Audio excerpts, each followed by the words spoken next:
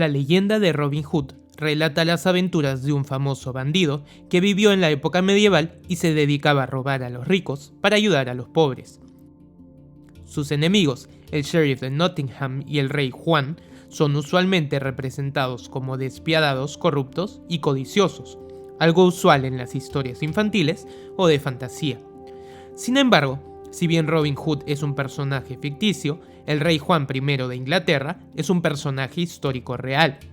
Aunque tuvo un gobierno considerado cruel, es quizás más recordado porque tuvo una consecuencia positiva. Llevó a la creación de uno de los documentos históricos más importantes para el desarrollo de la democracia moderna y los derechos de las personas, la Carta Magna. ¿Pero qué es este famoso documento? ¿Por qué es tan importante y cómo llegó a establecerse?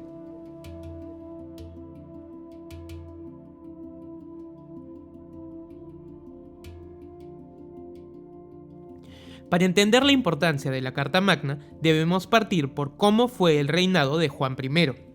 En primer lugar, en 1199, al coronarse rey de Inglaterra, Juan heredó un reino que iba desde el sur de Francia hasta Inglaterra y eclipsaba el poder de la monarquía francesa con más territorios que probablemente cualquier monarca de la época. No obstante, Juan también heredó una serie de problemas políticos y territoriales que manejar. Primero, debía apaciguar al grupo de varones cercanos a la corona que estaban ya descontentos por la subida de impuestos durante el reinado de Ricardo I para poder costear su cruzada, su rescate y la guerra con Francia. Conflicto que luego Juan tuvo que manejar cuando fue rey. Así, el reinado de Juan estuvo marcado por batallas, conflictos y crisis políticas y económicas comunes en la época que llevaron a su reinado al límite, especialmente el conflicto con Felipe II, rey de Francia, quien para 1204 había tomado Normandía, Anjou y Poitou, quedando solo el ducado de Aquitania bajo el reinado de Juan I. En los siguientes años, los esfuerzos políticos y económicos de Juan estuvieron enfocados en obtener los recursos necesarios para poder recuperar los territorios perdidos. Sin embargo, estos intentos, sumados al descontento de los varones y nobles que lo acompañaban, fueron generando una situación de desequilibrio. ¿Pero qué generó ese desequilibrio? Lo primero que tenemos que entender es el concepto que tenía Juan I de su posición como rey.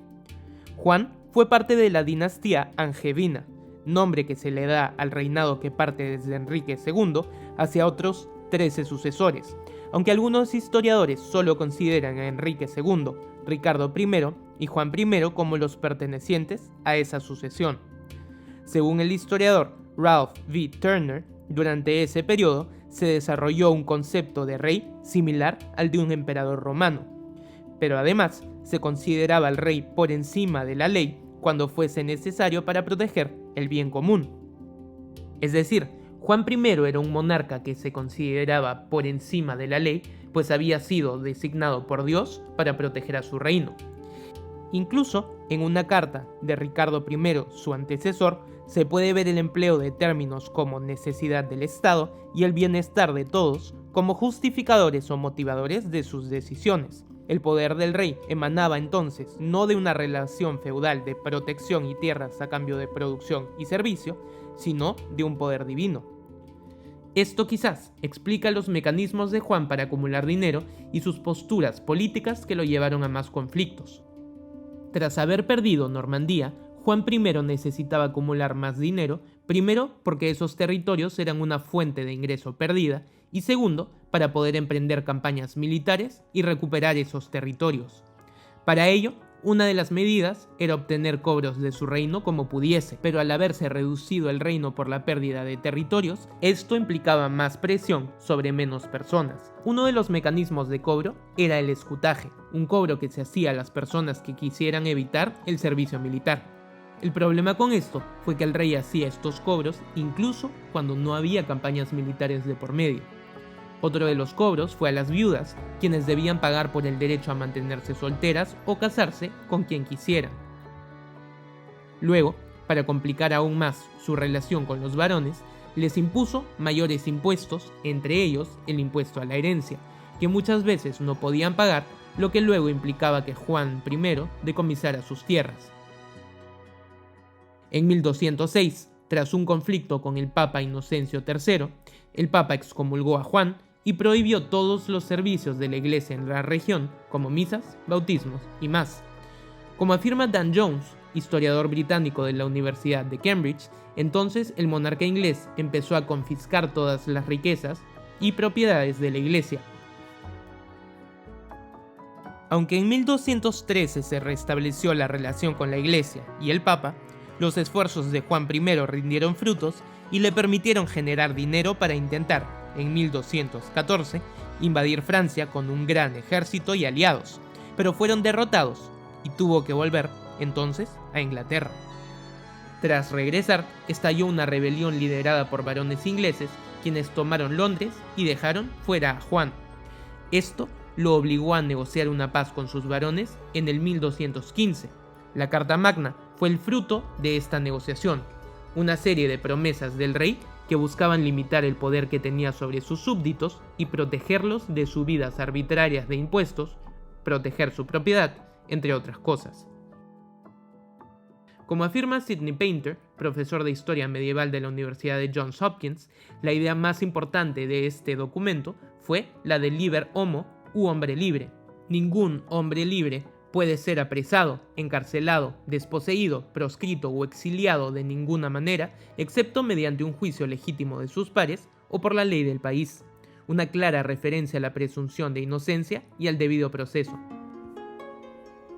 Otra de las ideas importantes que contenía la Carta Magna es que el rey no puede demandar nuevos impuestos sin el consentimiento del reino, que en ese momento se refería solo a la aristocracia e iglesia. En pocas palabras, la Carta Magna fue un documento que protegió a la sociedad de un trato arbitrario de parte de la corona.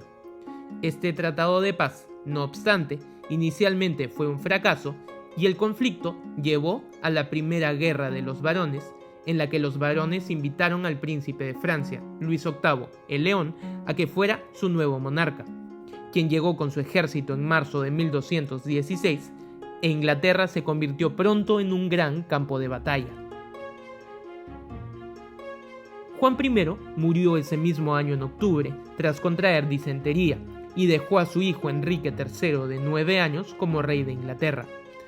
Se instaló entonces un consejo de regencia que gobernó por el rey hasta que tuviera edad suficiente para reinar. Al año siguiente, el bando de Enrique logró vencer a las fuerzas francesas y rebeldes. Una de las cosas más importantes que hizo el Consejo de Regencia fue validar nuevamente la Carta Magna y proclamarla como una promesa de reinado para Enrique III. En los años siguientes, tanto Enrique III como sus sucesores ratificaron y emplearon el documento en repetidas oportunidades y lo volvieron uno de los documentos más importantes de la historia de Inglaterra y el mundo. Hoy, de hecho, se sigue empleando el término Carta Magna no solo para hacer referencia al texto histórico, sino también para nombrar a las constituciones o leyes fundamentales de los países, pues suelen tener como uno de sus antecedentes a este tratado. ¿Y tú, crees que sigue siendo necesario limitar el poder de los gobernantes? Si te gustó este video, no te olvides de suscribirte a nuestro canal de YouTube y ayúdanos compartiendo nuestro contenido.